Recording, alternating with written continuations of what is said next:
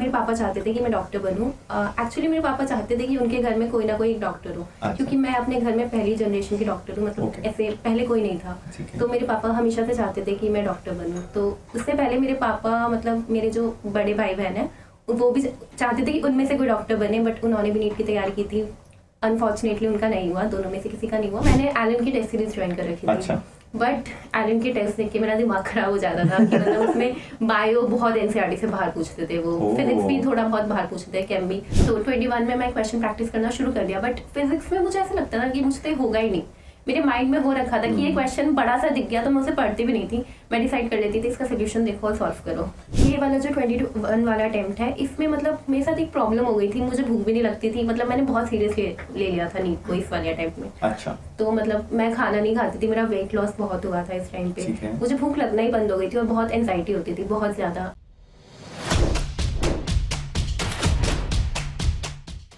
Hello everyone, welcome to another episode of make talks, जहां पर हम लेके आते हैं इंडिया के top most government medical colleges में पढ़ने वाले स्टूडेंट्स को।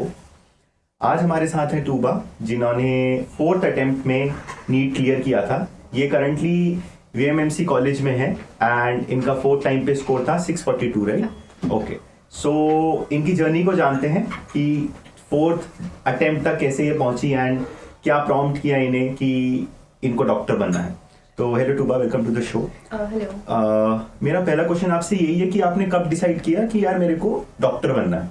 तो मतलब मेरा पर्सनल डिसीजन नहीं था कि डॉक्टर बनना है। मतलब मेरे पापा चाहते थे कि डॉक्टर बने। बाकी मतलब आपका ड्रीम क्या था? मेरा ड्रीम मतलब मुझे कुछ पता ही नहीं था कि मुझे अपनी लाइफ में करना क्या है। अच्छा। तो बस मेरे पापा चाहते थे कि मैं डॉक्टर बनूं। एक्चुअली मेरे पापा चाहते थे कि उनके घर में कोई ना कोई एक डॉक्टर हो। अच्छा। क्योंकि मैं अपने घर में पहली जनरेशन की डॉक्टर हूँ, मतलब ऐसे पहले कोई नहीं था। तो मेरे पापा हमेशा से चाहते थे कि मैं डॉक्टर बनूं। तो उससे पहले मेरे पापा मतलब मेरे जो बड़े भाई बहन है वो भी चाहते थे कि उनमें से कोई डॉक्टर बने, बट उन्होंने भी नीट की तैयारी की थी। अनफॉर्चुनेटली उनका नहीं हुआ, दोनों में से किसी का नहीं हुआ। मतलब वो मेडिकोज ही है बट डॉक्टर नहीं है। राइट। तो देन फिर मेरा टाइम आया। तो मतलब इतना मैंने देख लिया था घर में, नीट बहुत चलता था। मतलब हर साल यही हो रहा है, ड्रॉप ले रहे हैं नीट की तैयारी कर रहे हैं, ड्रॉप ले रहे हैं नीट की तैयारी कर रहे हैं।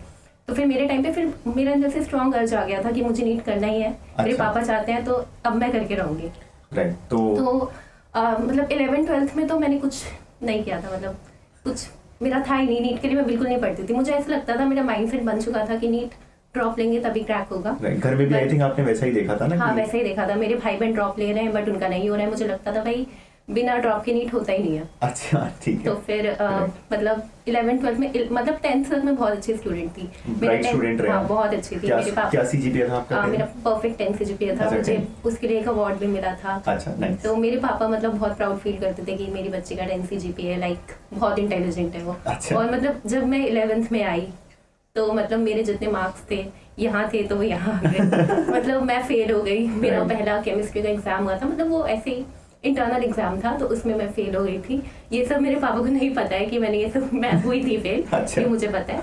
11th में मैं बिल्कुल नहीं पढ़ती थी। इवन बोर्ड्स का होता है कि अगर आप थोड़ा प्रीवियस ईयर क्वेश्चन कर लो, कुछ भी कर लो तो आप पास हो जाओगे। राइट। तो बायो में मेरी फ्रेंड ने मुझे एग्जाम से पहले पढ़ाया पूरा, मतलब ह्यूमन फिजियो में क्रैप साइकिल पढ़ा रही है कि ये साइकिल रट ले, ऐसे पेपर में बना दियो, आ जाएगा। अच्छा। तो ये सब मैं कर करके 11th में पास हो गई। राइट। आई थिंक 10 से जब आप 11th में ट्रांजिशन करते हो तो स्टडीज का लेवल भी बहुत चेंज होता है। बहुत लेवल चेंज हो जाता है। मुझे लगता था इजी होता होगा 10th तक, मतलब ऐसे पढ़ते थे सब हो जाता है। और मैं मतलब बहुत ज्यादा फ्रेंड्स में इन्वॉल्व हो गई थी और मतलब पढ़ाई मेरे लिए सेकेंडरी हो गई थी उस टाइम पे। आप अटेंडिंग स्कूल में थे?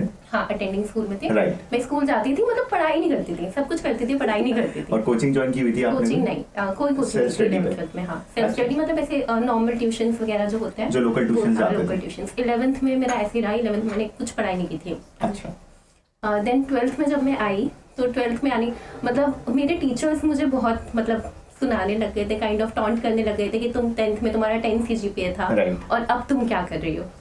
तो 12th में मुझे काफी फील हुआ। फिर 12th में मैंने पढ़ाई चालू कर दी थी, मतलब नीट के लिए नहीं, बोर्ड्स के लिए। मतलब मुझे लगता था नीट तो ड्रॉप में ही होगा। ठीक है। तो फिर मैंने 12th में थोड़ा बहुत पढ़ना चालू किया। तो आपका शेड्यूल क्या रहता था 12th में? आप स्कूल जाते थे? 12th में मैं स्कूल जाती थी। मतलब हमारा 8 to 2 स्कूल होता था, बट हमारे प्रिंसिपल सर थे, उनको फिजिक्स से बहुत प्यार था। अच्छा। मतलब उन्हें लगता था कि मैं फिजिक्स पढ़ाऊंगा बच्चों को। मतलब हमारी जो फिजिक्स की क्लासेस होती थी, हमारे नॉर्मल टीचर भी पढ़ाते थे और जो हमारे प्रिंसिपल सर थे उनको फिजिक्स से अलग प्यार था, वो भी पढ़ाते थे। तो वो एक्स्ट्रा क्लास लेते थे? एक्स्ट्रा क्लास लेते थे 2 से 3। अच्छा। तो स्कूल से आते आते मतलब 4 बज जाते थे। ठीक है। उसके बाद फिर मतलब 4 के बाद आराम से आराम किया एंड देन मतलब ट्यूशंस होते थे मेरे, तो ट्यूशन चली जाती थी मैं। 7 to 9 मेरी क्लासेस होती थी। अच्छा। हाँ, तो फिर 10 बजे तक मैं घर वापस आती थी। उसके बाद कुछ नहीं, थोड़ा बहुत पढ़ा, मतलब थोड़ा बहुत ऐसे मतलब थोड़ा रिवाइज कर लिया जो दिन में पढ़ाया, उसके बाद सो गए। देन फिर सेम संडे तो बिल्कुल पढ़ाई नहीं करती थी मैं, कुछ नहीं करती थी। बट स्टिल 10th में 12th में मेरे मार्क्स अच्छे आते थे और केमिस्ट्री में मेरी ऑर्गेनिक बहुत अच्छी हो गई थी। अच्छा, तो आप मतलब कौन सी बुक्स पढ़ती थी? थोड़ी बुक्स तो मैं एनसीईआरटी पढ़ती थी, कुछ बाहर से नहीं पढ़ती थी। कुछ बाहर से नहीं, राइट। अच्छा, नाइस। तो और मतलब फिजिक्स में तो मैंने एनसीईआरटी भी नहीं पढ़ी, मतलब जो नोट्स ट्यूशन में बनवाते थे या स्कूल में बनाते थे सिर्फ वही। अच्छा, ठीक है। तो फिर 12th के बोर्ड्स में क्या स्कोर रहा आपका? 12th के बोर्ड्स में मेरा आई गेस 90 to 91% कुछ ऐसे ही था। अच्छा, ठीक है। तो घर में तो सब खुश होंगे? हाँ, पेरेंट्स का क्या रिएक्शन था? पेरेंट्स, पापा बहुत खुश थे। कभी भी मेरी स्कूल से कंप्लेन नहीं आती थी। इवन 11th में मेरे मार्क्स भी खराब आते थे, बट पेरेंट्स का कंप्लेन नहीं गई है कभी। मतलब वो ऐसा नहीं होता था बहुत गंदे मार्क्स आ रहे हैं, बट ऐसा था कि 10th में बहुत टॉपर थी मैं और 11th में मतलब एवरेज, गंदे मार्क्स, गंदे भी नहीं मतलब एवरेज मार्क्स आते थे, तो मतलब कंप्लेन तो नहीं होती थी। और 12th में फिर से मैं वापस अच्छी स्टूडेंट बन गई थी, तो मतलब कोई कंप्लेन नहीं हुई। तो 12th में भी पापा बहुत खुश थे, मतलब पेरेंट्स मेरे, पूरी फैमिली बहुत सपोर्टिव थी मार्क्स वगैरह को लेकर। राइट। पहला साल जो आपका ड्रॉप का था, उस साल आपने 12th में नीट दिया? हाँ, 12th के बाद मैंने नीट दिया था। तो उस टाइम क्या स्कोर रहा था? उस टाइम मेरा स्कोर था 318। 318, राइट। तो वो स्कोर देख के क्या डिसाइड किया आपने कि? तब मुझे स्कोर से कुछ फर्क ही नहीं पड़ा, क्योंकि जब मैं नीट का एग्जाम देने गई थी 3 घंटे का एग्जाम था और मतलब मैं 45 मिनट्स पे अपना पेपर करके बैठ गई थी। मैंने मतलब जब मैंने पहली बार नीट दिया था तो उससे पहले मैंने अपनी बायो प्रैक्टिस की थी थोड़ी बहुत। अच्छा, मतलब ऐसे ही फोन में प्रीवियस ईयर क्वेश्चन करके बायो करके गई थी, तो मेरा जो सारा स्कोर आया वो आई गेस बायो की वजह से आया, थोड़ा बहुत कैम में आया होगा। फिजिक्स में एक क्वेश्चन करके आई थी तो मेरा 45 मिनट से पूरा पेपर हो गया था और मतलब 2 घंटे में बच्चों को देख रही थी कर क्या रहे हैं 3 घंटे तक। राइट।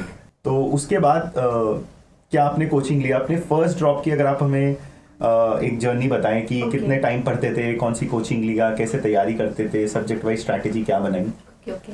तो फर्स्ट टाइम जब मैंने मतलब सोचा कि कौन सा साल था ये? मतलब 2019 में मैंने 12th थी, तो मेरा ड्रॉप 2019 में स्टार्ट हुआ। राइट, 2019 में। हाँ, तो 2019 में जब पापा पहले मुझे जनकपुरी वाले पूरे एरिया में लेके गए। अच्छा। वहाँ मुझे आकाश में लेके गए। अच्छा। तो आकाश में भी उन्होंने मुझे दिखाया इस कोचिंग में आ जाओ, ये वो। तो मैंने वहाँ पे आकाश में एक्चुअली मेरे बड़े भाई बहन पढ़े थे पहले। अच्छा, जब वो नीट के लिए तैयारी कर रहे थे, तो वो आकाश पूसा रोड करोल बाग में थे।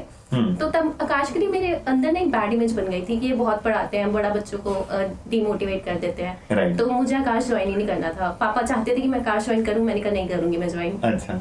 तो एक्चुअली वो फर्स्ट टाइम में मुझे वहाँ लेके गए थे और मैंने अपने लास्ट टाइम में वही ज्वाइन किया था। तो ठीक है, बट फिर मैं वहाँ से आ गई और वहाँ पे ऐसे मतलब छोटे नॉर्मल कोचिंग्स होते हैं, लोकल कोचिंग्स वगैरह होते हैं जो इतने ब्रांड वाले नहीं होते। तो वहाँ पे भी काफी लोग थे कि आ जाओ हम आपकी बेटी का नीट क्रैक करा देंगे, ये वो। तो एक्चुअली मुझे वहाँ पे वो एक कोचिंग में लेके गए थे और उन्होंने मुझसे पूछा कि बेटा ये बताओ MBBS की फुल फॉर्म क्या होती है। अच्छा। तो वो भी नहीं बताती मुझे, मैं वो भी नहीं बता पाई थी। उसके बाद मतलब वहाँ पे भी हम नहीं गए। फिर हम करोल बाग मेरे घर के थोड़ा पास है। अच्छा। तो वहाँ पे एक कोचिंग था नीट श्योर, मतलब वो न्यूली ओपन हुआ था। उन्होंने बहुत अच्छा मतलब बहुत बताया कि बिल्कुल आपकी बच्ची का नीट क्रैक करा देंगे, अच्छे से तैयारी कराएंगे, सब कुछ कराएंगे, बहुत ही अच्छे टीचर्स हैं। टीचर्स अच्छे थे वहाँ पे। मतलब एक्चुअली वो मैनेजमेंट का थोड़ा इशू था, एंड में वो थोड़ा काइंड ऑफ हमारे साथ फ्रॉड ही हो गया, वो बंद हो गई थी कोचिंग ही बंद हो गई। कोचिंग ही बंद हो गई थी बीच में। एंड आपने पूरे साल के लिए पे कर दिया था क्या? हाँ, हमने फी तो दी थी उनको पूरी। Oh shit. अच्छा। हाँ, और मतलब जब वो कोचिंग बंद हुई उसके कुछ महीनों बाद ही कोविड भी आ गया, तो उनको और बहाना मिल गया, हम नहीं चला सकते हैं। राइट। तो ऑनलाइन क्लासेस भी नहीं कराया उन्होंने? कुछ नहीं कराया? कुछ नहीं हुआ था तब हमारा, मतलब टीचर्स बहुत अच्छे थे। राइट। तो जब पहले मैंने कोचिंग ज्वाइन की थी वहाँ पे मैंने 6 मंथ तो पढ़ाई की होगी। अच्छा। बाकी वहाँ पे टेस्ट वगैरह भी होते थे, तो वहाँ पे मतलब कोचिंग छोटा था, बच्चे भी कम थे, तो वहाँ पे अगर 550 भी स्कोर आ रहा है तो मैं टॉपर की लिस्ट में आ जाती थी। मेरी रैंक 3rd आ रही है, 4th आ रही है, तो मैं खुश होती थी, मुझे लगता था मेरा सिलेक्शन हो जाएगा। राइट। तो उसके बाद तो वो बंद हो गया, बीच में खत्म हो गया। फिर खुद ने उसके बाद उस टाइम पे मेरे पास फोन भी नहीं था। मतलब जब मैंने अपना नीट का पहला अटेम्प्ट लिया था, पहला ड्रॉप था मेरा, तो उसमें मैं फोन नहीं था, मेरे पास छोटा सा फोन था एक, स्मार्टफोन नहीं था। तो मेरा फोन में तो टाइम वेस्ट नहीं होता था। बाकी मतलब कोचिंग के बाद मैं अपने फ्रेंड्स वगैरह से बात करती थी। मतलब मेरे फ्रेंड्स वगैरह बहुत सपोर्टिव थे मुझे नीट के लिए। बहुत सपोर्टिव थे, तो वो और हेल्प आउट करते थे और काफ़ी लोग मेरे प्रिपेयर भी कर रहे थे। मेरी जो बेस्ट फ्रेंड थी वो भी उसी कोचिंग में थी जिसमें हम दोनों थे। उसके बाद मतलब ऐसे ही टाइम चला जाता था पूरा, फिर तो कोचिंग बंद हो गया, देन कोविड का टाइम आ गया, तो उस टाइम पे मतलब फ़ोन मिल गया, तो स्मार्टफोन मिला और मतलब वो पढ़ाई के लिए मिला था। तो मतलब मैं पढ़ती भी थी, मैं तैयारी कर रही थी। तो कोचिंग तो बंद हो गई, तो हाँ, अब आप कैसे तैयारी कर रहे थे? अब मैंने एलन की टेस्ट सीरीज ज्वाइन कर रखी थी। अच्छा। बट एलन की टेस्ट देख के मेरा दिमाग खराब हो जाता था कि मतलब उसमें बायो बहुत एनसीईआरटी से बाहर पूछते थे, वो फिजिक्स भी थोड़ा बहुत बाहर पूछते थे, केम भी, और मतलब इतने कंसेप्ट मेरे क्लियर नहीं थे उस टाइम पर। अच्छा। मतलब शुरुआत थी मेरी प्रिपरेशन की तब, तो मतलब इतने कंसेप्ट भी क्लियर नहीं थे और मैं चाहती नहीं थी कि मेरे पापा को ऐसा फील हो कि मेरे मार्क्स बहुत कम आ रहे हैं।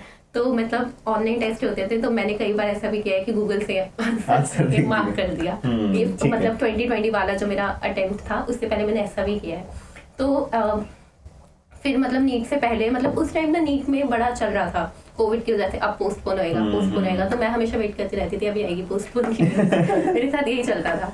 फिर मतलब पोस्टपोन के चक्कर में तो काफ़ी मतलब अच्छी खासी प्रिपरेशन होती थी। मतलब तब जुलाई की एक डेट आई थी, तब तक मेरी तैयारी बहुत अच्छी थी। मतलब अच्छा। उसके बाद पोस्टपोन कर दिया, तो मुझे लगा अब नहीं होएगा नीट, अब बहुत टाइम बाद होगा। फिर सितंबर में जाके नीट हुआ था। हाँ। तो मतलब उसके बाद मैंने अपना शायद 1 मंथ ऐसे खराब कर दिया। मतलब मैं वेट करती रहती थी बस पोस्टपोन हो जाए, एक बार लास्ट टाइम हो जाए। बट फिर मतलब लास्ट में फिर मैंने 1 आध महीने बहुत अच्छे से पढ़ा था। मतलब मेरा बायो केम में मुझे कभी प्रॉब्लम नहीं आती थी, फिजिक्स मेरा हमेशा सिलेक्शन रुकवा देती थी। तो उस टाइम पे मेरा स्कोर आया, फिर रिजल्ट आया 547 आया। 547। हाँ, और तब ऐसा होता था कि मतलब सिलेक्शन के लिए 580 के आसपास मार्क्स चाहिए होते थे। अच्छा, तब तक मतलब 2020 में एकदम से कट ऑफ बहुत हाई गया था, 600 प्लस मार्क्स आएंगे तभी सिलेक्शन होगा। तो मुझे लग रहा था कि ये सिलेक्शन एमबीबीएस नहीं मिलेगा, बीडीएस तो मिल ही जाएगा। अच्छा। और मुझे लेकिन मैं ऐसी सोचती थी, बट बाद में जब रिजल्ट आया 547 मेरा स्कोर आया, तो मतलब मेरे अंदर था कि मुझे नहीं मैंने इतने अच्छे से पढ़ाई की नहीं है, तो मैं एक और ड्रॉप लूंगी। तो आपने एलन की टेस्ट सीरीज ज्वाइन कर ली? हाँ। उसके साथ भी कुछ और? नहीं, बस आपने एलन की टेस्ट सीरीज ज्वाइन कर ली, बाकी आप खुद से पढ़ाई करते हैं? सीरियसली दी ही नहीं, मतलब हाँ। 3-4 टेस्ट दे दी थी मैं, वो भी मतलब गूगल से आंसर देके जो मुझसे नहीं होते थे। मैं कहती थी ये तो देखो एनसीईआरटी के बाहर का क्वेश्चन है, नीट में आएगा नहीं, इन्होंने डाला है तो इनकी गलती है। तो मैं गूगल से देख के अच्छा, ठीक है। और स्केड्यूल क्या रहता था, आप कैसे पढ़ाई करते थे? हर सब्जेक्ट को कितना टाइम देते थे? मुझे फिजिक्स में मुझे लगता था कि फिजिक्स मेरी इतनी अच्छी नहीं है, तो अगर मैं नहीं भी करूंगी, अगर इसमें मेरे 100 स्कोर आ भी गया तो सिलेक्शन हो जाएगा। मेरा माइंडसेट ऐसा हो रखा था। अच्छा, बायो और केम में बहुत अच्छे से कर लूंगी, तो मैं अपना टाइम बायो केम को ज्यादा देती थी। बायो और केम में सारा टाइम जाता था। फिजिक्स में मैं करती थी, प्रैक्टिस करती थी, बट मुझसे फिजिक्स के क्वेश्चन होते नहीं थे। तो मतलब मैं हमेशा क्या करती थी, फिजिक्स का क्वेश्चन देखा और मैं सीधा सोल्यूशन देख लेती थी। मैंने हाथ से क्वेश्चन सॉल्व भी नहीं किया उस टाइम पर। तो मेरी सबसे बड़ी मिस्टेक यही थी। और टेस्ट मैंने ऑनेस्टली दिए ही नहीं मैंने टेस्ट, 2-3 टेस्ट दिए होंगे। बाकी जो कोचिंग में पहले टेस्ट हो रहे थे वो मैं अच्छे से देती थी, उसमें मेरा स्कोर जो आता था वो एक्चुअल स्कोर आता था। उसमें ये नहीं है कि मैंने चीटिंग की है, कुछ भी किया है।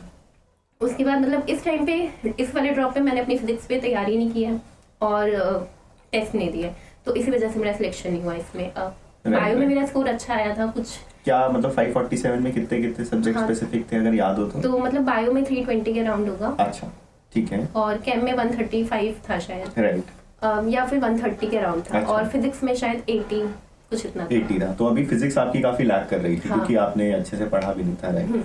तो इसके बाद हाँ, रिजल्ट आया, मतलब फिर आते ही आपको घर आके पता चल गया होगा 1-2 दिन में क्या स्कोर आने वाला है। तो फिर उसके बाद कैसे स्ट्रैटेजी करी? एग्जाम आते ही मैं वेट करती थी यूट्यूब पे आंसर किया जाए, चेक किया और पता चल गया इतना स्कोर आ गया। पापा को मैंने बोल भी दिया नहीं होएगा सिलेक्शन। अच्छा, ठीक है, बोल दिया, नाइस, चलो सही है। बट पापा होप कर रहे थे कि मे भी कहीं मिल जाए। अच्छा, तो आपने पूरी काउंसलिंग अटेंड की उस बार की? हाँ, काउंसलिंग मेरी भाई मेरे सारे कॉलेज वगैरह फिल कर देते थे, मुझे कुछ करने की जरूरत नहीं पड़ती थी, तो सब हो जाता था। तो काउंसलिंग हुई थी मेरी और मुझे कोई कॉलेज मिला नहीं था तब। ठीक है, तो फिर एकदम से डिसाइड करें? पापा ने फिल नहीं करवाया था क्योंकि पापा को चाहिए था कि एमबीबीएस हो जाए। अच्छा। तो वो वेट कर रहे थे कि मे बी लास्ट में जो राउंड होता है स्ट्रे वैकेंसी, उसमें मिल जाए। अच्छा, ठीक है। तो फिर जब नहीं मिला कॉलेज तो आपको क्या डिमोटिवेशन हुआ? नहीं हुआ मुझे। अच्छा, नहीं, इस बार भी नहीं हुआ। चलो, अच्छी बात है। मुझे यही लग रहा था कि मैंने करा ही नहीं उतनी मेहनत। फिर से मुझे लगा फिजिक्स में मैं कर नहीं रही थी, टेस्ट में दे नहीं रही थी, ऑनेस्ट में थी नहीं, तो डिमोटिवेशन नहीं हुआ। थोड़ा रिग्रेट हो रहा था, हाँ पढ़ लेना चाहिए था, मतलब ऐसे, क्योंकि मेरी तैयारी जब तक मैं कोचिंग में थी तब तक अच्छी थी। उसके बाद जब वो बंद हो गया और मतलब कोविड आ गया तो फ़ोन वगैरह मैंने ज़्यादा यूज़ करने लग गई। यूट्यूब पे मैं यही देखती थी, यूट्यूब पे मैं यही देखती थी कॉलेज में करते क्या है लोग, कॉलेज में क्या पार्टी होती है, सबसे ज़्यादा बच्चे इसी चीज़ पे टाइम वेस्ट करते हैं। अच्छा ठीक है, चलो सही है फिर तो पता चल गया कि ये काफी बड़ा डिस्ट्रैक्शन यूट्यूब भी था आपके लिए। तो इफेक्टिवली स्टडी करना और टाइम मैनेज करना बहुत जरूरी है। मतलब यूट्यूब अगर स्टडी के लिए दिया गया तो उसी के लिए यूज करना बहुत जरूरी है, ये नहीं कि आप कॉलेज में क्या हो रहा है वो वीडियोस देखे। तो उसके बाद इमीडिएटली डिसाइड कर लिया कि अब सेकंड ड्रॉप? हाँ, मैंने डिसाइड कर लिया था कि मुझे ड्रॉप लेना है। पापा कह रहे थे कि तुम BAMS ज्वाइन कर लो, साइड बाय साइड नीट की तैयारी करना, बट मैं नहीं मानी उसके लिए कि नहीं मुझे नीट की ही तैयारी करनी है। अच्छा ठीक है। तो फिर पापा मान गए। अच्छा, वो तो सपोर्टिव थे हमेशा से। नाइस। तो फिर आपने क्या स्ट्रैटेजी ऑप्ट की, मतलब क्या क्या चीज़ आपने सेकंड टाइम में की जो आपको पता चल गया था कि मैंने फर्स्ट टाइम में नहीं की? हाँ, तो सेकंड जो मेरा 2021 वाला अटेम्प्ट था, ये मैंने बहुत सीरियसली लिया था और सारी मतलब जितनी भी पढ़ाई मैं कर सकती थी इसी अटेम्प्ट में की। सेल्फ स्टडी कर रहे थे अब? हाँ, सेल्फ स्टडी कोई कोचिंग? मैंने टारगेट बैच ज्वाइन किया था, नीट प्रेप का। अच्छा ठीक है, तो वहाँ से क्वेश्चन प्रैक्टिस आप कर लेते होंगे? हाँ, वहाँ से मैं फ्लैश कार्ड्स यूज करती थी। मतलब फ्लैश कार्ड्स से मेरी लाइफ में एक मिरेकल आया था। अच्छा। मतलब बायो बहुत जल्दी रिवाइज हो रही थी। मतलब जो चैप्टर अगर मैंने पढ़ लिया है इस टाइम पे, मतलब 2021 वाले अटेम्प्ट में मेरी बायो इतनी स्ट्रांग हुई थी कि मेरे मार्क्स 355 आए थे। अच्छा। जब मैंने 21 वाला अटेम्प्ट दिया था, और वो सारा मतलब जो फ्लैश कार्ड से मुझे लगता है कि उन्हीं की वजह से हुआ, क्योंकि मैं बहुत रिवाइज करती थी। राइट। तो आपने नीट प्रेप का टारगेट बैच ज्वाइन कर लिया एक तो, और कुछ बस आप उसी से, और बाकी आप सेल्फ स्टडी करते थे? हाँ। कितने घंटे पढ़ते थे दिन में? इस टाइम तो मैं काफी पढ़ती थी, ऑलमोस्ट 8-10 घंटे हो जाते थे। पढ़ लेते थे आप, ठीक है। क्योंकि कोचिंग मुझे जाना नहीं होता था, घर में ही बस 8-10 घंटे मैं यही करती थी। राइट। तो और क्या क्या चेंजेस किए? पहले तो मैंने इस वाले जो 21 वाला अटेम्प्ट था, मैंने बायो में मतलब रिवीजन बहुत किया। बहुत रिवाइज करती थी मैंने फिजिक्स में फॉर्मूला लिखने स्टार्ट किए। पहले मैं फिजिक्स को देती नहीं थी, टाइम ही नहीं देती थी, मुझे लगता था कि ये मुझसे नहीं होगी तो नहीं होगी। इस टाइम मैंने फिजिक्स में काफी ऐड ऑन किया। मैं हर चैप्टर के बाद उसके फॉर्मूलाज लिखती थी और फॉर्मूला को रिवाइज करती थी बार बार। बाकी फिजिक्स में क्वेश्चन प्रैक्टिस मैंने स्टार्ट किया, बट अभी भी मैंने उतना प्रैक्टिस नहीं किया जितना 22 में किया था। राइट। तो 21 में मैं क्वेश्चन प्रैक्टिस करना शुरू कर दिया, बट फिजिक्स में मुझे ऐसा लगता था कि मुझसे होगा ही नहीं। मेरे माइंड में हो रखा था कि ये क्वेश्चन बड़ा सा दिख गया तो मैं उसे पढ़ती भी नहीं थी, मैं डिसाइड कर लेती थी इसका सोल्यूशन देखो और सॉल्व करो। राइट। वो कहीं ना कहीं आपको डर लगता था कि यार क्या करना है, कैसे? हाँ, नहीं हो पाएगा। फिजिक्स से मतलब एक डर सा बैठ गया था थोड़ा कि नहीं हो रहा है यार ये मुझसे। अच्छा ठीक है। तो क्वेश्चन प्रैक्टिस, अब आपने फिजिक्स के फॉर्मूले लिखने शुरू किए, स्टडी टाइम बढ़ाया आपने? हाँ, स्टडी टाइम बढ़ाया और थोड़ा जो डिस्ट्रैक्शन वगैरह थे उनको थोड़ा हटा दिया। राइट। तो देखना वो कम कर दिया कि अभी कॉलेज लाइफ कैसी होती है। हाँ, कि उस टाइम पे मुझे लगता था कि मैं यहाँ पे मुझे जाना है, मैं यही देख रही हूँ और इसी से मेरा टाइम वेस्ट हो रहा है, तो बेटर है मैं इसे ना देखूँ। राइट। ठीक है। और मॉक टेस्ट दे रहे थे आप उस टाइम पे? मॉक टेस्ट मैंने सेकंड अटेम्प्ट में दिए थे, बट जितने मैंने लास्ट अटेम्प्ट में दिया उतने नहीं दिया। राइट। तो मॉक टेस्ट में क्या स्कोर रहता था यूजुअली? मॉक टेस्ट में मेरा स्कोर, मैंने पूरे साल उतने मॉक टेस्ट नहीं दिए थे, मैंने एंड में स्टार्ट किए थे मॉक टेस्ट देना। इस बार भी मैंने सेम गलती रिपीट की थी कि टेस्ट नहीं दिए। अच्छा। पिछली बार की तरह। तो इस बार एटलीस्ट मैं चीटिंग नहीं करती थी, ऑनेस्टली टेस्ट देती थी। तो मॉक टेस्ट में मेरा स्कोर आ जाता था, 600 भी पहुंच जाता था। अच्छा। 620 भी पहुंच जाता था। नीट प्रेप के टेस्ट देती थी मैं तब। अच्छा। बट जब मेरा एग्जाम हुआ नीट का, उसमें नहीं आया मेरा उतना स्कोर। क्या स्कोर रहा सेकंड टाइम? 591। तो आपने प्रोग्रेस तो हर टाइम किया, राइट? आपका आई थिंक 380 था, 380 से आप 318 था। 318 के बाद आप पहुंचे 547। इस बार आप 591 और इस बार मुझे बहुत दुख हुआ था क्योंकि लास्ट कट ऑफ जो गई थी वो 595 पे मिला था। और ये क्वेश्चन ऐसा नहीं था कि मुझे नहीं आता था, ये मेरी बबलिंग मिस्टेक हुई थी। तो ये वाला जो अटेम्प्ट था मेरा, इसमें मैं बहुत डिप्रेस हो गई थी मतलब। राइट। तो उस दिन जिस दिन आप सेकंड अटेम्प्ट के दिन एग्जाम देने गए, उस दिन को अगर आप थोड़ा डिस्क्राइब करें कि मतलब ये वाला जो 21 वाला अटेम्प्ट है, इसमें मतलब मेरे साथ एक प्रॉब्लम हो गई थी, मुझे भूख भी नहीं लगती थी। मतलब मैंने बहुत सीरियसली ले लिया था नीट को इस वाले अटेम्प्ट में। अच्छा। तो मतलब मैं खाना नहीं खाती थी, मेरा वेट लॉस बहुत हुआ था इस टाइम पे। मुझे भूख लगना ही बंद हो गई थी और बहुत एंजाइटी होती थी, बहुत ज्यादा। एग्जाम के टाइम भी मतलब जब मैंने एग्जाम लिखना शुरू किया था तो मेरे हाथ शिवर कर रहे थे लिटरली। थोड़े टाइम बाद में रिलैक्स हुई थी। तो इस टाइम पे मुझे ये प्रॉब्लम हुई थी। तो अगला वाला जो अटेम्प्ट था उसमें मैंने ट्राई किया था कितना एंशियस एनवायरनमेंट। एग्जाम के दिन जिस दिन था उस दिन भी आप एंशियस हो गए थे?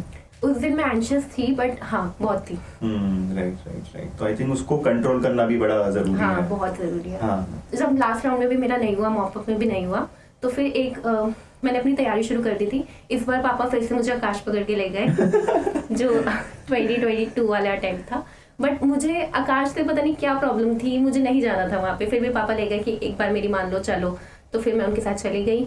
फिर मैंने एक बैच ज्वाइन किया जनकपुरी आकाश में। तो मतलब 2021 में मैं पूरे टाइम घर पे रही थी और मतलब सेल्फ स्टडी की थी। तो जब मैंने 2 दिन ऑफलाइन क्लासेस ली तो मुझे सोशल एंजाइटी हो गई थी। मुझे अच्छा नहीं लग रहा था कि इतने लोग क्यों हैं यहाँ पे। एक तो आकाश के बैच बहुत बड़े बड़े होते हैं। हमारा जो नीट श्योर वाला बैच था, जो मेरी पहली कोचिंग थी, वहाँ पे भी इतना बड़ा बैच नहीं था। मतलब थे उसमें बच्चे, लेकिन 2 बैचेस थे, डिवाइड करा हुआ था। और मतलब फिर आकाश में मतलब मेरे कोई फ्रेंड्स भी नहीं थे वहाँ पे। तो 2 दिन मैंने सिर्फ ऑफलाइन क्लासेस अटेंड की थी और मेरे घर से बहुत दूर था, ट्रैवलिंग में भी बहुत टाइम जा रहा था। तो मैंने सोच लिया वो 2 दिन के बाद अब नहीं जाऊंगी मैं। अच्छा, मैं ऑनलाइन पढ़ लूंगी, क्लासेस लेनी भी होंगी। तो आपने आकाश सोच लिया था कि छोड़ दूंगी? हाँ, मतलब मैंने सोचा था कि ज्वाइन करके रखूंगी, पापा के पैसे लगे वेस्ट तो नहीं करने और तो ज्वाइन करके रखूंगी, बट ऑनलाइन करूंगी। मतलब ऑफलाइन तो मेरा टाइम वेस्ट हो रहा है इतना जाने में, मैं थक रही हूँ, ऊपर से मुझे अच्छा भी नहीं लग रहा है वहाँ बैठना। राइट। तो फिर मैं स्विच कर गई ऑनलाइन पे। और फिर बायो की एक क्लास मैंने अटेंड की। वो पता नहीं क्या पढ़ा रहे थे, मतलब बॉटनी की क्लास में ऐसा लग रहा था वो BSc लेवल पढ़ा रहे हैं। तो फिर मैंने बायो बोल दिया कि नहीं पढ़ूंगी मैं आकाश से। राइट। तो आपको ये दिक्कत आई कि आउट ऑफ सिलेबस पढ़ा रहे थे? आउट ऑफ सिलेबस बहुत पढ़ाते हैं, बट लेकिन उनके मॉड्यूल्स जो है ना वो भी अच्छे हैं क्वेश्चन प्रैक्टिस के लिए। पढ़ना नहीं है उन्हें। अच्छा, ठीक है। मैं नहीं पढ़ती थी। हाँ, ठीक है। और आई थिंक आपको अभी तक फेयरली आइडिया भी लग गया होगा कि नीट का एग्जाम होता कैसा है, क्या आता है, राइट? मतलब बायो में तो मैं श्योर थी, क्योंकि बायो मेरा 21 में स्कोर भी अच्छा आया था, तो मेरा कॉन्फिडेंस आ गया था बायो में। और इस बार मतलब कॉन्फिडेंस मेरा थोड़ा मतलब ओवर कॉन्फिडेंस भी हो गया था थोड़ा, इसी वजह से 22 में मेरे जो बायो का स्कोर कम था, फिजिक्स का ज्यादा था आपकी बार। ओह अच्छा, तो अभी 3rd अटेम्प्ट जब आप दे रहे हैं, मतलब 3rd अटेम्प्ट में दे चुकी 21 में। हाँ, 21 में आप दे चुके हैं 3rd अटेम्प्ट। तो अब आपने क्या क्या चेंजेस किए इस टाइम में जो आपने पिछली बार नहीं किए? मैंने अपनी एक तो पेपर अटेम्प्टिंग स्ट्रैटेजी ही चेंज कर दी थी। मैं पहले बायो करती थी, फिर केम करती थी, फिर फिजिक्स करती थी। और हमेशा 2 बार मैंने देख लिया, मतलब जो 19 वाला अटेम्प्ट था वो तो मैं काउंट ही नहीं करती हूँ। तो 20 और 21 में मैं देख चुकी थी कि मैं पेपर कर रही हूँ, बट फिजिक्स मुझे आती नहीं है, ऊपर से टाइम नहीं बचता। तो मैंने चेंज किया कि मैं फिजिक्स पहले करूंगी। अच्छा, और फिजिक्स के लिए कैसे स्ट्रैटेजी ऑप्ट किया आपने? उसको इंप्रूव कैसे किया? मैंने 2 साल क्वेश्चन प्रैक्टिस किए ही नहीं थे फिजिक्स के। तो ये वाला जो मेरा 22 वाला अटेम्प्ट था, ये मेजरली मेरा फिजिक्स पे गया है। मैंने अपनी पूरी फिजिक्स को इम्प्रूव किया है। तो इस टाइम पे मैं आकाश की सिर्फ फिजिक्स की क्लासेस लेती थी। मतलब उसके लिए नहीं लेती थी, बायो और केम के लिए नहीं करती थी, सिर्फ फिजिक्स की क्लासेस अटेंड करती थी। और उसमें फिर जो सर बताते थे, मतलब सर भी बहुत मतलब बाहर का पढ़ाते थे, तो जो बाहर का पढ़ा रहे हैं वो उस पर मैं ध्यान नहीं देती थी। जो नीट वाले क्वेश्चन वो थोड़े सॉल्व कर रहे हैं उस पर ध्यान देती थी। तो फिर मैंने आकाश के मॉड्यूल सॉल्व करना चालू किया फिजिक्स में, बस अच्छा। उसी में मैंने सॉल्व किया है, दोनों में नहीं किया बाकी। राइट। और आकाश के मॉड्यूल्स में सोल्यूशन नहीं होते हैं। तो आप सोल्यूशन नहीं देख सकते बेसिकली। तो मुझे उसको मतलब पहले मैं सॉल्व कर रही हूँ, ट्राई कर रही हूँ। और मतलब उनका जो सेक्शन ए होता है वो NCERT बेस्ड क्वेश्चन होते हैं, तो वो कर रही थी और वो हो जाते थे मेरे। फिर सेक्शन बी भी हो जाता था। सी प्रीवियस ईयर क्वेश्चन थे, वो तो मैं मतलब सबसे ज्यादा टाइम उसे देती थी। मुझे लगता था PYQ बहुत इंपॉर्टेंट है। राइट। तो फिर मैंने क्वेश्चन प्रैक्टिस करना चालू कर दिया फिजिक्स में, जो कि पहले मैं 2 साल से नहीं कर रही थी। मतलब मैं पढ़ती थी फिजिक्स में, सब पढ़ लिया, वीडियो देख ली, यूट्यूब से वीडियो देखती थी, यूट्यूब पे उन्होंने क्वेश्चन करा दिए। PW से भी मैंने फिजिक्स की क्लासेस ली थी, मतलब उनका बैच ज्वाइन नहीं किया था, जो उनकी पुरानी वाली वीडियोस थी उससे देखा था। तो मैं मतलब वीडियोस देखती थी, बस उसको लिख लिया, तो मुझे लगता था हो गया। ऐसे नहीं करना होता, क्वेश्चन प्रैक्टिस करोगे तभी आपको फिजिक्स समझ आएगी, तभी आपका स्कोर इम्प्रूव होगा। तो फिर मैंने क्वेश्चन प्रैक्टिस बहुत की इस बार फिजिक्स के आपने क्वेश्चन प्रैक्टिस और मुझे ऐसा लगता था कि बहुत डिफिकल्ट क्वेश्चन JEE लेवल के नहीं आएंगे नीट में, तो मैं छोड़ देती थी बिल्कुल। इजी क्वेश्चन पहले करती थी और PYQ करती थी और सब खुद से सॉल्व करती थी। नहीं हो रहे तो डाउटनेट मैंने इंस्टॉल कर रखा था, डाउटनेट पे मैं सर्च करती थी और जनरली क्वेश्चन मिल जाते थे। कुछ नहीं हो रहा है तो मेरे फ्रेंड्स थे, उनसे मैं पूछ लेती थी। मेरे एक फ्रेंड है, उसने मेरी बहुत हेल्प की है फिजिक्स के क्वेश्चन के लिए। अच्छा, ठीक है। तो और क्या क्या स्ट्रैटेजीज ऑप्ट किया आपने इस बार? और इस बार मैंने टेस्ट देने बहुत स्टार्ट किए। मतलब इस बार मुझे लग रहा था कि मेरा सिलेक्शन रुका है। एक तो मैं फिजिक्स में क्वेश्चन प्रैक्टिस नहीं कर रही थी और टेस्ट ही नहीं दे रही थी। मेजर ड्रॉबैक मेरा था कि मैं टेस्ट नहीं दे रही थी। और टेस्ट अगर मैं दे भी रही हूँ तो ऑनलाइन, मुझे लगता था ऑनलाइन देने से उतना फायदा नहीं है। अगर ऑनलाइन दे भी रहे हो तो नीट प्रेप में एक ऑप्शन आ गया था OMR वाला। तो वो मैंने चालू किया, क्योंकि मेरा सिलेक्शन बबलिंग मिस्टेक की वजह से रुका था, क्योंकि 595 पे सिलेक्शन हो रहा था। और मतलब अगर मेरा वो क्वेश्चन गलत ना होता तो मेरे 595 आ जाते। वो मतलब मैंने उसके नीट 2022 की पूरी तैयारी हो रही थी मेरी। बीच में एक बार आ गया था कि स्पेशल वैकेंसी राउंड होगा। अच्छा। तो उसके लिए 50,000 रुपीज पहले पे करने थे। तो मैंने पापा से एक दिन पहले बोला, पापा ने एक दिन में करा अरेंज। और फिर मुझे जब मेरा सिलेक्शन नहीं हुआ ना, उसमें मुझे लग रहा था, मैंने मतलब नमाजें पढ़ के बहुत दुआएं मांगी थी, तब बहुत दुआ मांग रही थी मैं कि किसी तरह मेरा सिलेक्शन हो जाए। बट फिर नहीं हुआ ना, और मैंने कट ऑफ देखा 595 तीनों कैटेगरीज में कट ऑफ गया था। मेरे पास ओबीसी कैटेगरी थी, तो अच्छा। जनरल EWS 595 तीनों में गया और बहुत दूर का कॉलेज मिला था कोई। अच्छा। तो मतलब उस कॉलेज के लिए मैं बहुत रो रही थी, मतलब बहुत दुख हुआ मुझे। बट फिर कोई नहीं, फिर मैंने अपनी तैयारी दोबारा से स्टार्ट कर दी। तो इस बार फिर मैं टेस्ट देती थी और बबलिंग करती थी। हाँ, आप मतलब वो क्लासरूम वाले एनवायरनमेंट में कैसे हाँ। आप एग्जाम दोगे वैसे आपने एग्जाम और देना शुरू मतलब किया। आकाश का मुझे पूरा फायदा इस वाले टाइम पे ये हुआ था कि मतलब जब उनकी एंड में एक ऑफलाइन टेस्ट सीरीज हुई थी, अच्छा। तो मैं पूरे साल आकाश नहीं गई थी, वो टेस्ट लेने में जाती थी। अच्छा अच्छा अच्छा, तो तब ठीक मुझे है। फायदा हुआ था। और बायो मेरी नीट प्रेप से जो फ्लैश कार्ड्स थे उससे बहुत स्ट्रांग हो चुकी थी 2021 वाले अटेम्प्ट पे। राइट, तो बायो में इस बार उतनी नहीं कर रही थी, मतलब ज्यादा टाइम मैं फिजिक्स पे देती थी। तो बट मुझे लगता है कि बायो पे भी मुझे थोड़ा और टाइम देना चाहिए था, क्योंकि बायो में जब मैं नीट का पेपर देकर आई थी तो बहुत स्लिम मिस्टेक करके आई थी। ओह, कितना स्कोर था हाँ, तो आपका? बायो में मेरा आई गेस 320 था। अच्छा, पहले मेरा 355 था, तो वहाँ पे रिड्यूस हो गया आपका हाँ, थोड़ा। और फिजिक्स में आपकी बार मेरा 170 था।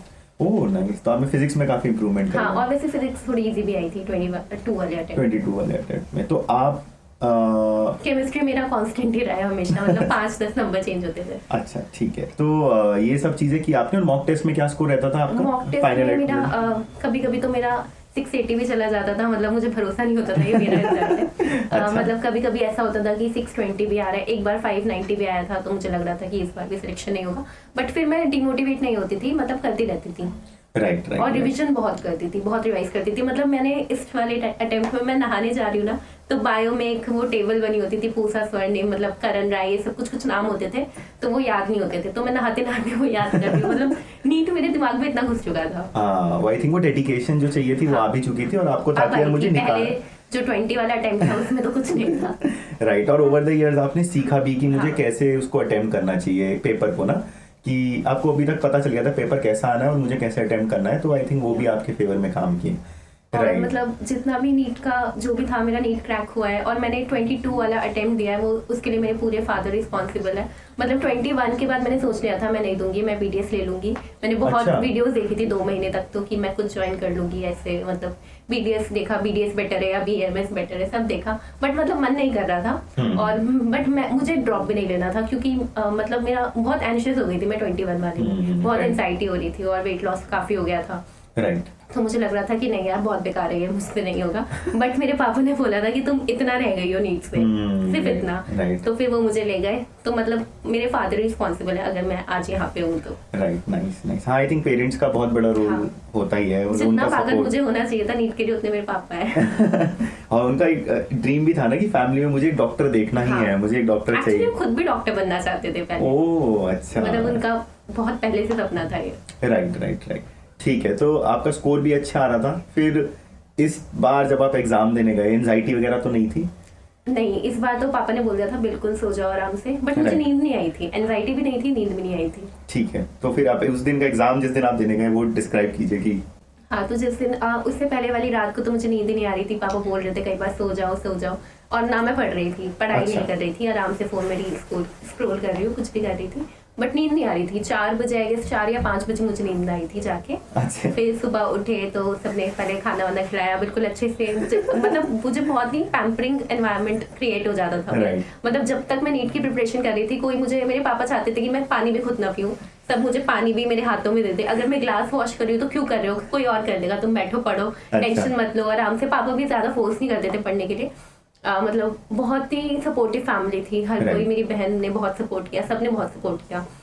अच्छा अच्छा। तो मतलब उस दिन बिल्कुल पैम्पर कर रहे हैं मुझे, दुबई खा लो, टेंशन मत लो, हो जाएगा। फिर भाई कह रहे, पापा और भाई लड़ रहे हैं कि मैं दिलवाने जाऊंगा नीट का एग्जाम या मैं दिलवाने जाऊंगा। अच्छा। फिर डिसाइड, पापा कह रहे नहीं, भाई के भरोसे नहीं भेजूंगा मैं, ये कभी तुम्हें गिरा विरा दे। क्योंकि स्कूटी पे जा रहे थे हम, क्योंकि मतलब CP के पास ही मेरा सेंटर पड़ा था। अच्छा, घर से बिल्कुल दूर नहीं है, 10 मिनट का रास्ता है। राइट। बट फिर भी पापा भाई पे ट्रस्ट नहीं कर रहे थे कि ये दिलवा देगा, बट भाई ने बोला नहीं, मैं ही दिलवा के लाऊंगा और देखना बिल्कुल सेफली पहुंचाऊंगा। तो बिल्कुल अच्छे से, और सेंटर पे हम आराम से 1 घंटा पहले पहुंच गए। भाई गए थे। अच्छा, भाई गए थे। उन्होंने बोला कि नहीं, आपको कुछ भरोसा नहीं है, मैं लेकर जाता हूँ। तो Right. फिर वो मुझे लेके गए और मतलब 1 घंटा पहले हम पहुंच गए थे। अच्छा। तो फिर मैं बस ऐसे ही थोड़ा फिजिक्स रिवाइज कर रही थी, क्योंकि मुझे पूरा डर उसीगा था।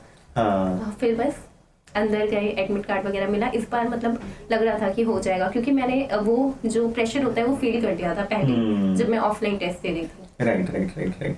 तो एग्जाम देते हुए समझ आ गया था कि इस बार तो हो जाएगा clear? हाँ, पहले जब मैंने फिजिक्स शुरू की ना, मैंने अपना पूरा स्ट्रैटेजी चेंज कर दी थी। पेपर अटेम्प्टिंग सारे टेस्ट ऐसे स्टार्ट किए थे, फिजिक्स बायो केम। तो अब की बार भी यही हुआ। तो सबसे पहले मैंने फिजिक्स स्टार्ट की, मतलब मक्खन फिजिक्स आई थी, बहुत ईजी आई थी अब की बार, मतलब फॉर्मूला बेस्ड। तो मतलब जल्दी फिजिक्स हो गई। 40 मिनट्स मैंने मतलब आधे घंटे में मेरी फिजिक्स हो गई। तो मुझे पता है 2 बार मैंने चेक किया कि ये कैसे हो गई, ये कैसे कर सकती हूँ मैं, हो रहा है ये क्या हो रहा है। फिजिक्स में बहुत खुश थी, तो मैंने फिजिक्स कर ली। उसके बाद मैं बायो पे आई। बायो मतलब थोड़ी डिफिकल्ट क्वेश्चंस आए थे, बायो में लेंथी पेपर था। बायो डिफिकल्ट आ गई। हाँ, बायो मतलब डिफिकल्ट टू मॉडरेट बोलेंगे हम, ठीक है। मतलब जितनी इजी पहले आती थी उतनी नहीं थी, मतलब 2 अटेम्प्ट में दे चुकी थी, तो उससे 2 डिफिकल्ट थी। तो बायो में कर रही थी, तब भी मेरी अच्छे से बायो हो रही थी। बट एंड में 2-3 क्वेश्चन में मैं कंफ्यूज थी, मुझे नहीं आते थे वो, तो मुझे थोड़ा सा लग रहा था कुछ हो ना जाए। बट फिजिक्स मेरी बहुत अच्छी हुई थी, उसमें मैं कंफर्म थी कि 160 स्कोर आ जाएगा। राइट। तो फिर बायो भी मैंने कर ली। फिर कैम भी अच्छी हो रही थी। फिर 2-3 क्वेश्चन ऐसे पूछ लिए उन्होंने, मतलब असर्शन रीजनिंग स्टेटमेंट बेस्ड बहुत क्वेश्चन आए थे उसमें। फिर मैं थोड़ा डर गई, बट पेपर अटेम्प्ट कर लिया मैंने। उसके बाद जब मैं घर जा रही थी तो मैं डर रही थी कि मेरी बायो और वो उतनी अच्छी नहीं हुई। तो भाई कहते नहीं डरो मत, हो जाएगा। मैंने बताया फिजिक्स बहुत अच्छी हुई है। मुझे लग रहा था अब भी कहीं मैं रह ना जाऊं, मतलब बहुत डर लग रहा था कि मैं नेगेटिव मार्किंग कराई दूंगी। फिजिक्स मुझे लग तो रहा है कि मेरी अच्छी हुई है, कभी वो मैं कुछ उल्टा करके आई, मुझे भरोसा ही नहीं हो रहा था, मैंने इतना सब कर दिया। और इतनी जल्दी सब कुछ हो गया ना। हाँ, फिर घर पहुंच के मतलब पहले तो भाई ने जूस पिलाया, चलो कुछ खाओ रिलैक्स हो जाओ। उसके बाद जब मैं घर पहुंची तो घर पहुंच के बस हम वेट कर रहे थे आंसर की कब आएगी। पूरा घर मेरा वेट कर रहा था आंसर की कब आएगी। तो सब वेट कर रहे थे। देन हमने पेपर चेक करना स्टार्ट किया। तो मेरे मतलब मैंने कितनी बार, आई गेस 15 बार पेपर चेक किया होगा अपना, क्योंकि पहली बार मेरा स्कोर बना आई गेस 625। मतलब मैं ना कुछ जिस क्वेश्चन पे डाउट था ना, तो मैं उसे कंसिडर ही नहीं कर रही थी कि ये मेरा करेक्ट होगा, मैं उसे रॉन्ग मान रही थी। मैं बिल्कुल काट के जितने कट सकते हैं उतने काट रही थी मार्क्स अपने। तो 625 बने। तो मैं कहती सिलेक्शन हो जाएगा, दिल्ली में नहीं मिला तो क्या हुआ, कहीं और मिल जाएगा। पहले तो मुझे लगता था कि दिल्ली से बाहर मुझे कॉलेज चाहिए, मुझे नहीं चाहिए दिल्ली में कॉलेज। दिल्ली में चाहिए था, बोर हो चुके थे कि मैं दिल्ली में रह रही हूं। बट अब मैं बहुत ग्रेटफुल हूँ कि मुझे दिल्ली में कॉलेज मिला है। मैं पागल थी पहले। तो मुझे लगता था कि घर से दूर जाना है, बहुत दूर मुझे कॉलेज चाहिए। तो फिर दोबारा मैंने चेक किया, फिर मेरे 630 मार्क्स बन गए। फिर मैं कह रही हूँ अरे यार, फिर 3-4 बार मैंने अपनी बहन से चेक करवाया, मेरी सिस्टर ने चेक किया, पापा ने चेक किया, पता नहीं किस से मैंने अपना पेपर चेक कराया। अल्टीमेटली मेरा स्कोर 640 के अराउंड ही बन रहा था। फिर 642 ही बना, मतलब एग्जैक्ट, और उतना ही आया मतलब रिजल्ट में। राइट। तो अभी तो पता चल गया था पापा को सिलेक्शन हो जाएगा। पापा बहुत खुश थे, बट पापा चाह रहे थे कि 650 अब आ जाते, बट वो खुश थे अब कि चलो हो रहा है सिलेक्शन। और उन्हें लग रहा था दिल्ली में भी हो जाएगा। अच्छा, ठीक है। तो मेरे पास ओबीसी कोटा भी था, तो मतलब दिल्ली में 640 के अराउंड मिल जाता आपको। लेडी हार्डिंग तो मिले जाता है गर्ल्स, मतलब लड़की में है तो। राइट। तो रिलेटिव्स का क्या रिएक्शन था? रिलेटिव्स बहुत खुश थे, मतलब मेरी पूरी फैमिली में मतलब हर जगह फैला हुआ था कि तूबा प्रिपेयर करिए, क्योंकि मैं मतलब बिल्कुल एंटी सोशल हो चुकी थी 21 वाले जो मेरा अटेम्प्ट था। मतलब मैं किसी से नहीं मिलती थी, मतलब मेरा मन ही नहीं करता था कहीं पे सोशल गैदरिंग में जाना, तो मैं बहुत ही कम जाती थी तब। तो ऐसा लगता था तूबा मैम पढ़ रही हैं, अब इनका सिलेक्शन है, तो सब बहुत खुश थे। अच्छा, नाइस। चलो ये तो अच्छी बात है कि। और पापा का क्या रिएक्शन था? पापा तो बस हवाओं में उड़ रहे थे। सबसे ज्यादा खुश हो रही थे उस टाइम पे। मेरे फ्रेंड्स, मेरा एक दोस्त है वो इतना खुश था, सब खुश थे, बहुत खुश थे। मेरी एक बेस्ट फ्रेंड है वो, मतलब जब हम 2020 में प्रिपेयर कर रहे थे तो हम दोनों साथ थे, फिर बीच में उसने छोड़ के नर्सिंग ले ली थी। तो वो मतलब इतने मैसेजेस कर रही थी, तू प्राउड ऑफ यू, मतलब बहुत खुश थे। मतलब पूरा मेरे अराउंड पूरा सपोर्टिव एनवायरनमेंट था, कोई ऐसा नहीं था कि जो मुझे डिमोटिवेट करे। बाकी एक बार मेरी फैमिली में किसी ने बोला था कि नहीं हो पाएगा, छोड़ दो, इतना क्यों प्रिपेयर करा रहे हो, पापा को बोल रहे थे, मुझे किसी ने नहीं बोला। तो बस फिर मैंने सोचा था नहीं यार हो जाएगा, फिर उन्होंने भी बोला नहीं यार कॉन्ग्रेचुलेशन, सब बहुत खुश थे। राइट। हाँ, आई थिंक जब आप फाइनली अचीव कर ले तो सब कहते हैं वहाँ कॉन्ग्रेचुलेशन, बट वो जो जर्नी आपने 2-3 साल के फेस में जो देखा सब कुछ, तो आई थिंक वो उसके लिए उसमें फेजेस आते हैं जब आप मोटिवेट होते डिमोटिवेट होते हो। हाँ, कभी तो मैं बहुत चिल होके एक हफ्ता बिना पढ़े निकाल देती थी। अगर मैंने मूवी स्टार्ट किया, हॉरर मूवीज देखने का मुझे बहुत शौक है, तो अगर मैंने कंजरिंग की सीरीज स्टार्ट किया तो मैं पूरी खत्म करके मारती थी। ये 21 में मैंने किया है। हाँ, उस साल इसीलिए नहीं हो पाया। तो जो आपने जो, और एक अच्छी चीज थी कि आपने हर साल कुछ ना कुछ लेसन्स लिए, राइट? हाँ, राइट। तो प्रेशर सिचुएशंस बहुत सारी आई होंगी इन आई थिंक 3 सालों में ना, बहुत बार। उनको आपने कैसे फेस किया, और उस टाइम में स्टूडेंट्स को क्या ध्यान रखना चाहिए कि कैसे उनसे बाहर आ सकें? एक तो बच्चों को मतलब जितने भी नीट एस्पिरेंट्स हैं उन्हें हमेशा बिल्कुल पढ़ते नहीं रहना चाहिए।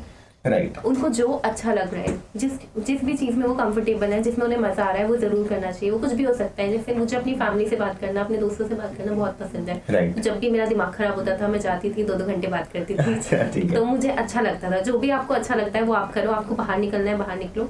बिल्कुल पढ़ाई की तरफ एकदम घुस मत जाओ, क्योंकि मैं 21 में एंड में मैं बिल्कुल घुस चुकी थी और उसका नेगेटिव इफेक्ट हुआ था मुझ पे।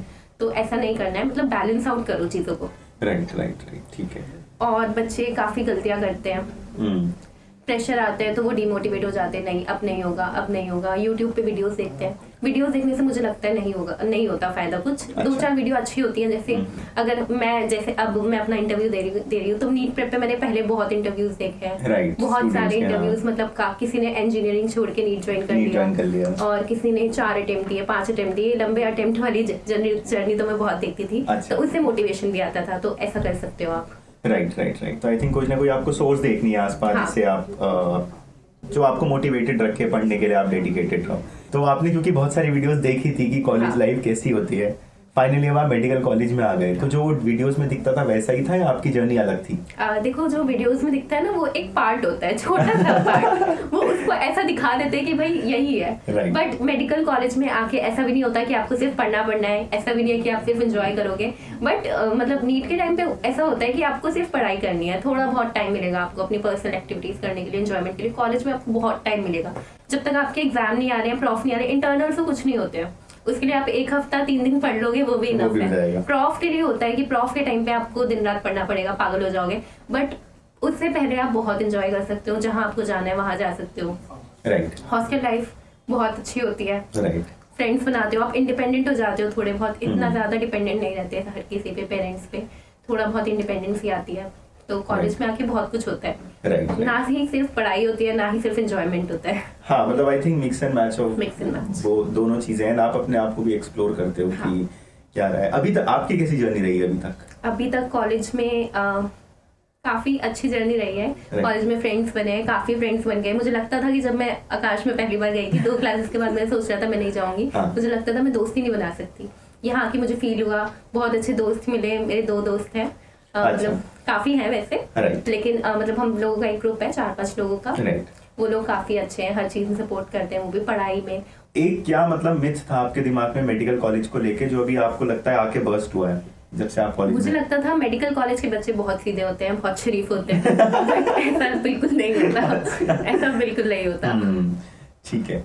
तो हॉस्टल अलॉट हो गया अभी आप? हाँ, हॉस्टल अलॉट हो गया, 6 मंथ्स हो गए। तो हॉस्टल लाइफ आपकी कैसी रही अभी 6 महीने की? हॉस्टल लाइफ बहुत बढ़िया है अभी तक। How different it is from living at home? घर पे आप कुछ नहीं करते। आप आते हो कॉलेज से, मतलब इतना थक जाते हो। एक तो ट्रैवलिंग में बहुत टाइम लग जाता है। तो ट्रैवलिंग के बाद आप सिर्फ थकते हो, खाना खाते हो, सो जाते हो, थोड़ी बहुत फैमिली से बात की। हॉस्टल में आप काफी कुछ कर सकते हो। मतलब हॉस्टल में जब हम होते हैं, हमारे पास बहुत टाइम होता है। 4 बजे हम कॉलेज से, मतलब कॉलेज खत्म हुआ 4:15 4:20 हम हॉस्टल पहुंच जाएंगे। उसके बाद आप थोड़ा रेस्ट कर लो। उसके बाद अगर आप गॉसिप ही कर रहे हो तो गॉसिपिंग में ही हम 3-3 घंटे ऐसे बर्बाद कर देते हैं, कुछ पता नहीं चलता। उसके बाद आप मेस में जा सकते हो, अलग अलग फूड ट्राई कर सकते हो। एक तो मतलब मेस का खाने की आपको आदत हो जाएगी थोड़ी, मतलब जैसे आपको घर पे हर चीज पैम्पर करके अच्छा मिलता है, तो मेस में आपको जैसा मिल रहा है आप उसके लिए अडेप्ट कर जाओगे खुद को। अगर वो नहीं खा पा रहे हो तो भाई बाहर से ऑर्डर करो। सब कुछ करना पड़ेगा। तो काफी चीजें सीखते हैं हम आके, इंडिपेंडेंट हो जाओगे। मतलब घर पे हम हर चीज के लिए डिपेंडेंट होते हैं। हमें कपड़े धुलवाने हैं तो चलो घर पे धुल जाएंगे आराम से। हॉस्टल में आपको काफी चीजें आती हैं, अकेले रहना सीख जाते हो। शुरू में मैं अकेले बिल्कुल नहीं रह पाती थी। अब मैंने अपनी नई चीज इजाद की है कि मैं अकेले सो सकती हूँ रूम में। पहले मुझे डर लगता था, अगर मेरी रूममेट नहीं है तो मैं नहीं सो सकती थी अकेले। मुझे चाहिए होते थे लोग, कोई आए और मेरे साथ सोए। बट अब जब मतलब इतना टाइम हो गया है तो अब मैंने खुद में फील किया है कि मैं कर सकती हूँ ये। तो आपके डर जो होते हैं वो खत्म होते हैं। बहुत अच्छी चीजें आप सीखोगे हॉस्टल आओगे तो।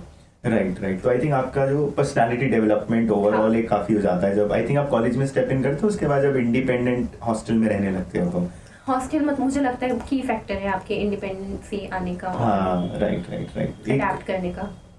एक कोई मेमोरेबल मोमेंट आपका हॉस्टल लाइफ से या कॉलेज लाइफ से? हॉस्टल लाइफ से या कॉलेज लाइफ से? मेमोरेबल बहुत सारी मेमोरीज है हमारी। अच्छा, मैंने सुना है बर्थडे सेलिब्रेशंस बहुत फेमस है। हाँ, बॉयज हॉस्टल में तो बहुत ज्यादा फेमस है। तो बॉयज हॉस्टल में बहुत आपके फेमस यहाँ है। कैसे होते हैं, मतलब एक्चुअली गर्ल्स हॉस्टल में? अभी मेरा जो बर्थडे आया था वो अक्टूबर में था। अच्छा। और तब मतलब 22 अक्टूबर मेरा बर्थडे था एंड 23 अक्टूबर हमारा सेंटअप था। तो तब मैं घर पे थी और मतलब एग्जाम थे तो हम सेलिब्रेट नहीं कर पाए थे तब। बट अभी 2 महीने बाद मतलब जब हमारे प्रॉफ वगैरह खत्म हुए तो मेरा बर्थडे इतने अच्छे से सेलिब्रेट हुआ था। मतलब प्रॉपरली वो टीवी वाला सरप्राइज लग रहा था। मैं एक्चुअली सो रही थी। अच्छा। हाँ। मैं प्रॉपर सो रही थी, बिल्कुल ब्लैंकेट वगैरह डाल के मुंह ढक के सबसे हाँ। सो रही थी। और सारे मेरे फ्रेंड्स और पूरा हमारा मतलब जो भी हॉस्टलर्स होते हैं पूरा ग्रुप एकदम से उन्होंने लाइट ऑन की, वो चिल्ला रहे, बलून फोड़ दिए, बट मैं उठी नहीं। मुझे उठाने की कोशिश कर रहे हैं और मैं इतने अच्छे से सो रही हूँ, मैं उठी नहीं। अच्छा। फिर 3-4 बार उन्होंने उठाया, देन मैं कह रही हूँ यार ये सब कौन है, क्या हो रहा है, इतने सारे लोग आ गए। मतलब प्रॉपर जैसे दिखाते हैं व्लॉग्स वगैरह में काफी मेडिकल कॉलेज के बर्थडे वैसे ही होते हैं। अच्छा। बर्थडे सेलिब्रेशन एक बहुत अच्छा पार्ट है कॉलेज का, मतलब हॉस्टल का, बहुत अच्छे से सेलिब्रेट होते हैं। और अगर इवन जैसे मेरा बर्थडे तो एग्जाम में आ गया था, तब भी मुझे बुलाया था कि आ जाओ, बट मैं तब गई नहीं थी क्योंकि तब मैं घर पे थी। तो मतलब 12 बजे ही हम सेलिब्रेट करते हैं, बिल्कुल 12 o'clock सबकी एक वेक आ जाएगा। पूरे हॉस्टलर्स हैं जितने भी, अगर गर्ल्स हॉस्टल में हो रहा है तो सारी लड़कियां आती हैं। अच्छा। ऐसा नहीं है कोई भी मिस नहीं होगा, सबको इनविटेशन जाता है यार आ जाओ इसका बर्थडे है। अच्छा। तो बहुत अच्छे से होता है। नाइस। चलो, मारपिटाई तो नहीं होती मतलब? मारपिटाई बॉयज हॉस्टल में तो बहुत बहुत होती है। मैंने वहाँ सुना है कि सर बचना बहुत मुश्किल हो जाता है। तो नहीं, गर्ल्स हॉस्टल में नहीं नहीं होते। ठीक है, थोड़ा सेंसिबल तरीके से ही बर्थडे सेलिब्रेट करना चाहिए। हाँ। सही। अच्छा, हमने अगर हम मुन्ना भाई एमबीबीएस जैसी पिक्चर्स देखें तो वहाँ पे मेडिकल कॉलेजेस की रैगिंग बहुत फेमस है। तो यहाँ पर क्या सीन था? एंड आई थिंक रैगिंग ना बोल के, क्योंकि आपको एक इंटरेक्शन जो होता है वो कैसा था आपका? इंटरेक्शन मतलब मुझे लगता है कि इंटरेक्ट बिल्कुल करना चाहिए। Right. आप इंटरेक्ट नहीं करोगे तो आपको काफी चीजें नहीं पता चलेंगी कॉलेज के बारे में। आपको सीनियर्स बहुत हेल्प आउट भी करते हैं, ऐसा नहीं है कि सीनियर्स आपकी रैगिंग ले रहे हैं। रैगिंग जैसा तो कुछ नहीं होता है। Right. पीडीपी होती है, पर्सनालिटी डेवलपमेंट प्रोग्राम होता है। इंटरेक्शन बोल देते हैं हम उसे। Okay. तो वो एक फन पार्ट होता है, उसमें काफी मजा आता है। अगर हम हॉस्टल में आए तो हमारी जब पीडीपी हुई तो उसमें मतलब यही चलता है, आपसे एक्टिविटीज कराएंगे, थोड़ा बहुत आपको इंट्रो देना होता है अपना। अच्छा। उसका एक फॉर्मेट होता है। Right. तो अच्छा होता है वो, मुझे लगता है उसमें पार्टिसिपेट करना चाहिए। अगर आप नहीं करोगे तो आप खुद में कहीं लैक कर जाओगे। मुझे लगता है उसमें पार्टिसिपेट करना इम्पोर्टेंट है। Right. और उसमें मजा ही आता है, कुछ ऐसा गलत नहीं होता। हाँ, right. और आई थिंक सीनियर से भी एक बॉन्डिंग का। हाँ, सीनियर्स के साथ बॉन्डिंग होना बहुत इंपॉर्टेंट है। सीनियर ही आपको हेल्प आउट करते हैं। मुझे लगता है कॉलेज लाइफ में प्रोफेसर्स का इतना रोल नहीं होता है जितना सीनियर्स का होता है। राइट। वही आपको बताते हैं कि एग्जाम के लिए क्या पढ़ना है। अगर सीनियर ना हो तो हमें नहीं, मुझे नहीं लगता कि हम कर पाएंगे कुछ ऐसे। राइट। हाँ, ये तो सही है। आई थिंक सीनियर्स काफी हेल्प करते हैं। हाँ, काफी हेल्प। अच्छा, एक मिथ ये भी है कि आप, ठीक है, आप नीट के लिए तो बहुत पढ़ते ही हो, लेकिन आपको एमबीबीएस में आके भी बहुत पढ़ना पड़ता है। बहुत पढ़ना आपका क्या पड़ता है, बट ऐसा नहीं है थ्रू आउट आप 5 साल सिर्फ पढ़ाई पढ़ाई पढ़ाई पढ़ाई, ऐसा नहीं होता। काफी टाइम होता है आपको फन करने के लिए, उसमें आप अपनी पढ़ाई को थोड़ा बहुत मैनेज कर सकते हो। बाकी प्रॉफ के टाइम पे तो आपको पढ़ना ही पड़ेगा, अंधा पढ़ना पड़ेगा। राइट। एंड अटेंडेंस का क्या सीन है? अटेंडेंस बहुत इंपॉर्टेंट है। अच्छा। आपको प्रॉक्सी मारनी आती है तो आपका फायदा हो जाएंगे। मतलब प्रॉक्सी भी लगती है बट उतनी नहीं लगती, सारे प्रोफेसर्स नहीं लगने देते। बट अटेंडेंस के लिए मुझे लगता है क्लासेस अटेंड करना बहुत इंपॉर्टेंट है। मेरा यही प्रॉब्लम होता है कि मैं क्लासेस कम अटेंड कर जाती। अगर मैं घर चली गई तो मैं वापस ही नहीं आती। मुझे लगता है कि मैं घर पे आराम करूँ और करूँ। मतलब दिल्ली में रहते हुए भी घर चले गए तो नहीं आ पाते? हाँ, मतलब दिल्ली आने का मन नहीं करता, मैं आ सकती हूँ बट ऐसा लगता है कि यार घर आई हो तो और सो जाती हूँ। तो अटेंडेंस बहुत इंपॉर्टेंट है। मतलब फर्स्ट ईयर में जब मेरा एनाटॉमी में मेरा एक बार बोल दिया था कि मेरी अटेंडेंस शॉर्ट तो नहीं थी बट थोड़ी कम थी, तो उन्होंने बोल दिया था कि अटेंडेंस कम है, थोड़ी क्लासेस आओ। तो पूरे टाइम में मैं एंड के टाइम पे बिल्कुल डरी हुई थी कि मैं डिटेन ना हो जाऊँ। डिटेन होना बहुत बुरा होता है। अगर आप डिटेन हो गए हो तो फिर आपको वापस से सेंटअप देने पड़ेंगे, वापस से प्रॉफ देने पड़ेंगे। तो आई गेस अटेंडेंस अपनी मेंटेन करो, ये इंपॉर्टेंट है। राइट। असर्शन रीजन क्वेश्चंस के लिए कैसे प्रिपेयर करें स्टूडेंट्स? असर्शन रीजन क्वेश्चंस मुझे हमेशा से डराते हैं। मतलब पहला वाला ऑप्शन होता है कि ठीक है दोनों स्टेटमेंट करेक्ट है, और मतलब लास्ट के 2 ऑप्शन नहीं, मतलब उनमें प्रॉब्लम नहीं होती है कि मतलब असर्शन करेक्ट है, रीजन रॉन्ग है या दोनों रॉन्ग है। बट जो पहले 2 ऑप्शन होते हैं कि वो एक्सप्लेनेशन आप क्या स्ट्रेटजी ऑप्ट करते थे उस टाइम? तो पहले तो मैं असर्शन रीजन सॉल्व नहीं करती थी, मैंने बाद में स्टार्ट किया सॉल्व करना क्योंकि पहले नहीं आते थे। ठीक है। तो 22 में आने लगे तब मैंने प्रैक्टिस करना चालू किया था। तो फिर पहले मैं स्टेटमेंट को पढ़ती थी पहली वाली, फिर वो अगर करेक्ट है रीजन पढ़ती थी, रीजन भी करेक्ट है तो ये मतलब वो करेक्ट होता था, मतलब असर्शन रीजन हो गया। बट वो एक्सप्लेनेशन वाला पॉइंट वहां पे आके थोड़ा कंफ्यूज हो जाते थे। तो मैं उससे रिलेट करती थी कि जो पहली स्टेटमेंट है सेकंड स्टेटमेंट उससे रिलेटेड है या नहीं। मतलब अगर वो रिलेटेड होगी तभी उसका रीजन हो सकता है। राइट। तो मैंने ये स्ट्रैटेजी लगाई थी। और बाकी मतलब उस बाकी अगर स्टेटमेंट रॉन्ग है तो फिर वो क्वेश्चन ईजी हो जाता था। राइट, ठीक है। और लास्ट 2 मंथ स्ट्रैटेजी क्या होनी चाहिए नीट एस्पिरेंट्स के लिए? 2 मंथ्स में आप प्रॉपर्ली रिवाइज करो, जितना रिवाइज कर सकते हो भाग भाग के रिवाइज करो। फिजिक्स में फॉर्मूलाज पे ज्यादा फोकस करो। फॉर्मूला मतलब एक एक फॉर्मूला कॉपी आपके पास होनी चाहिए जिसमें हमने फिजिक्स के फॉर्मूला लिखे हो और फिजिकल के फॉर्मूला लिखे हो, फिजिकल केम के।